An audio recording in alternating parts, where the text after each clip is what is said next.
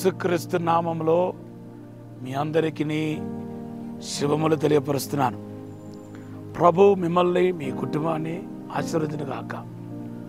ఈరోజు నేను ప్రార్థనలో ఉన్నప్పుడు సాతాను ఏదో ఒక కీడు తలపెట్టాలని ప్లాన్ చేసినట్టుగా దాన్ని దేవుడు తిప్పికొట్టి ఆ ప్లాన్ అంతటిని నిర్మూలపరిచినట్టుగా దేవుడు ఒక దర్శన రూపంలో చూపించాడు. సో ఈరోజు ప్రతి కీడు నుండి దేవుడు మనల్ని తప్పించిన గాక. మీకు దేవుడు ఇచ్చే వాగ్దానం కీర్తన 91:11. దేవుని బిడ్డలారా, గడిచిన కొన్ని దినాలుగా రూతు గ్రంథాన్ని ధ్యానం చేసుకుంటూ వస్తున్నాం. రూతు గ్రంథంలో రాంగ్ డిసిషన్ ఎంత శాపాన్ని తీసుకొచ్చిందో నిన్న మాట్లాడాను.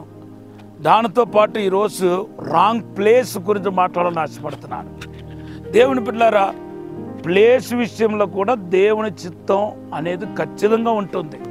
ఇది చాలామందికి తెలియదు. నేను ఏ ఊరైనా వెళ్తాను, ఏ దేశమైనా వెళ్తాను, నాకు నచ్చిన ప్రదేశంలో సెటిల్ అవుతాను, నేను నచ్చిన చర్చికి వెళ్తాను అనుకుంటే కుదరదు. దేవుడిని ఎక్కడ నాటాడో అక్కడే ఉండాలి. కొంచెంమంది నాకు తెలుసు, ముఖ్యంగా సిటీస్లో ఏం చేస్తారంటే ఒక్క చర్చికి అండగట్టిపడి ఉండరు. ఒక ఆదివారం అక్కడ, ఇంకొక ఆదివారం అక్కడ, ఇలాగే తిరుగుతూ ఉంటారు. దేవుని బిడ్డలారా, ఇవన్నీ మనకు ఆశీర్వాదం కానే కాదు. మనం ఎక్కడ ఏ టైంలో ఉండాలో అక్కడ ఖచ్చితంగా ఉండాలి. దుర్మార్గులు కూర్చున్న చోట కూర్చోకుండా ఉన్నవాడి కార్యమే సబలపరచబడతాయి.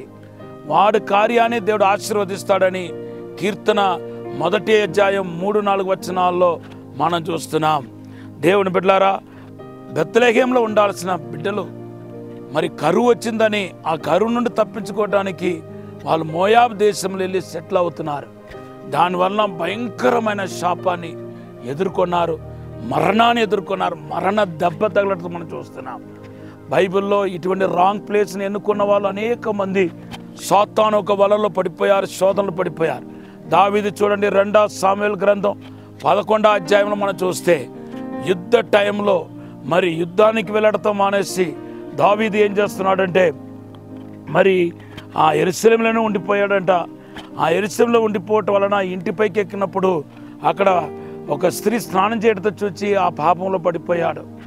ఇన్ని రోజులు ఎటువంటి పాపం చేయలేని ఆ దావీదు ఒక జీవితం పాపంతో నిండిపోయింది. తర్వాత మనం చూస్తే కొత్త నిబంధనలు చూస్తే చూడండి, మరి యెరూషలేములో ఉండాల్సిన వ్యక్తి యెరికోకు వెళుతున్నాడు. లూకా సువార్త 10వ అధ్యాయం 30-38 వచనాలు చదివితే యెరూషలేములో ఉండాల్సిన వ్యక్తి యెరికోకు వెళుతున్నాడు.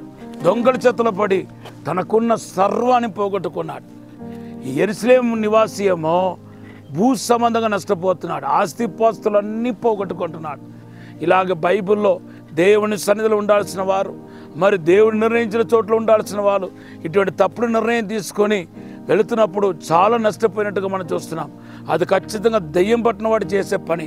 మార్కు సువార్త 5వ అధ్యాయం 1-19 వచనాల్లో మనం చదివితే శానదయ్యం పట్టిన వ్యక్తి అంట ఇంట్లో ఉండాల్సిన పోయి ఆయన సమాధి తొట్టులో ఉంటున్నాడంట. చూడండి ఎటువంటి రాంగ్ ప్లేస్. చూడండి, సమాధి తొట్టులో ఉండటం. ఈరోజు కూడా యవనస్తులు దేవుని మందిరంలో ఉండటంతో మానేసి స్నేహితులతో షికారులు తిరిగేవాళ్ళు, తర్వాత ఆ ఊరెళ్ళి ఈ ఊరెళ్ళి తాగేసి తందనాలాడి మరి విచ్చలవిడిగా జీవించే వాళ్ళు చాలామంది ఉన్నారు. ఇటువంటి క్రియలను మీరు విడిచిపెట్టకపోతే మీకు చాలా పెద్ద ప్రమాదం ఉంది. నేను మిమ్మల్ని హెచ్చరిస్తున్నాను. మీ యొక్క సహవాసం ఏంటో, మీ ఫ్రెండ్స్ ఏంటో, మీరు ఉండే ప్లేస్ ఏంటో, మీరు ఎక్కడికి వెళుతున్నారో, ఏం చేస్తున్నారో ఒక్కసారి ఈ నూతన సంవత్సరంలో ఆత్మ పరిశోధన చేసుకొని పశ్చాత్తాపపడండి. ఈ సమయంలో మీ కొరకు ప్రార్థన చేయబోతున్నాను. పరిశుద్ధము నమ్మకమైన పరలోక తండ్రి, నీకు వందనాలు, స్తోత్రాలు ప్రభా. శక్తి చేత కాదు, బలము చేత కాదు, ఆత్మ ద్వారా ఈ సమస్య జరుగుతున్నారు ప్రభా. అయ్యా తండ్రి, రాంగ్ ప్లేస్ నుండి బయటకు వచ్చేటకు సహాయం చేయండి ప్రభా. తండ్రి, మాకు వద్దు ప్రభా, రాంగ్ ప్లేస్లో ఉండటానికి ఇష్టపడలేదు. రాంగ్ వ్యక్తులతో అయ్యా మేము సంబంధం పెట్టుకోవడానికి ఏ మాత్రం ఆలోచించలేదు ప్రభా. తగదంబులు చేయండి ప్రభా. శాపపు కాడిని యేసునామములో విరిచివేయండి ప్రభా.